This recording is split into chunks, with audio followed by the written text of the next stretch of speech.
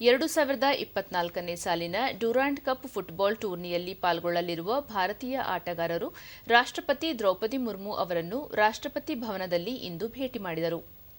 Durand cup ಟೂರ್ನಿಯಲ್ಲಿ ಪಾಲ್ಗೊಳ್ಳಲಿರುವ ದೇಶದ ಆಟಗಾರರಿಗೆ ಶುಭಕಾಮನೆ ಕೋರಿದರು. इस मौके पर राष्ट्रपति ने कहा कि फुटबॉल दुनिया के सबसे लोकप्रिय खेलों में से एक है. जब पेशेवर फुटबॉलर हजारों प्रशंसकों के सामने खेलते हैं तो खिलाड़ियों और कि चाहे वे जीतें या हारें खेल में उठाने के लिए ಈ ಸಂದರ್ಭದಲ್ಲಿ ರಾಷ್ಟ್ರಪತಿ ಫುಟ್ಬಾಲ್ ವಿಶ್ವದ ಜನಪ್ರಿಯ ಕ್ರೀಡೆಯಾಗಿದ್ದು ಇಡೀ ವಿಶ್ವದ ಗಮನ ಸೆಳೆಯುತ್ತಿದೆ.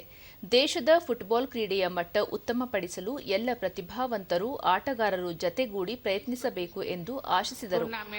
ಕ್ರೀಡೆಯಲ್ಲಿ ಸೋಲು ಗೆಲುವು ಸಾಮಾನ್ಯ, ಆದರೆ ಆರೋಗ್ಯಪೂರ್ಣ ಸ್ಪರ್ಧೆ ಅಗತ್ಯ.